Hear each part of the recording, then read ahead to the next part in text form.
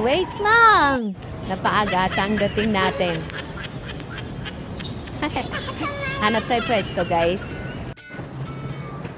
Ayan, magandang spot ito dito.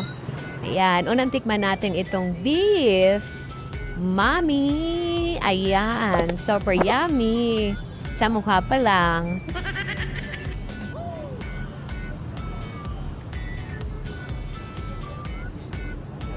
Next!